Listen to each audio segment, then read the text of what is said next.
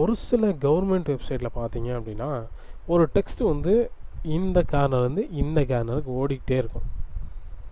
அந்த ஓடிக்கிட்டே இருக்க டெக்ஸ்ட்டை க்ரியேட் பண்ணுறதுக்கு மார்க்யூ அப்படின்னு ஒரு டேக் இருக்குது.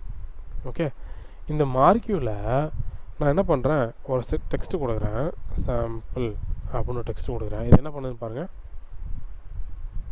இங்கேருந்து இது வரைக்கும் லோடாகி வரும். இப்படியே வந்துட்டு நீங்கள் எவ்வளோ பெரிய டெக்ஸ்ட்டு கொடுத்தாலும் இந்த டேகு நீங்கள் கொடுக்குற இன்புட் எடுத்துக்கிட்டு அந்த டெக்ஸ்ட்டை வந்து ரொட்டேஷனில் வந்துக்கிட்டே இருக்கும். இந்த மாதிரி லெஃப்ட் டு ரைட் அப்படின்னு சொல்லிட்டு. ஓகேவா, இதோட டேரெக்ஷன் மாற்றணும் அப்படின்னு நினச்சிங்கன்னா மாற்ற முடியும் இந்த டேரெக்ஷனுங்கிற எலமெண்ட்ஸை வச்சுட்டு. ஓகேவா, ஒரு வேளை இந்த மார்க்யூ டேக் வந்து நான் கீழேருந்து மேலே அனுப்பணும் அப்படின்னு நினைக்கிறேன். அப் கொடுத்தா கீழேருந்து மேலே போகுது, மேலேருந்து கீழே கொடுக்கணும்னா டவுன்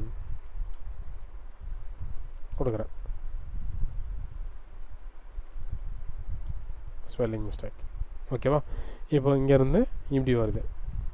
தென் இப்போ வந்து ரைட் அப்படின்னு கொடுக்குறேன். இப்போ என்ன நடக்குது, இங்கே முன்னாடி இங்கேருந்து இப்படி வந்துட்டு இருந்தது, இப்போ இங்கேருந்து இப்படி போகுது. இப்படி தான் வந்து ஒரு டெக்ஸ்ட்டை மூவிங் ஃபார்மேட்டில் ரெடி பண்ணுறது இந்த மார்க்யூ டேக் வந்து நமக்கு ரொம்ப யூஸ்ஃபுல்லாக இருக்குது.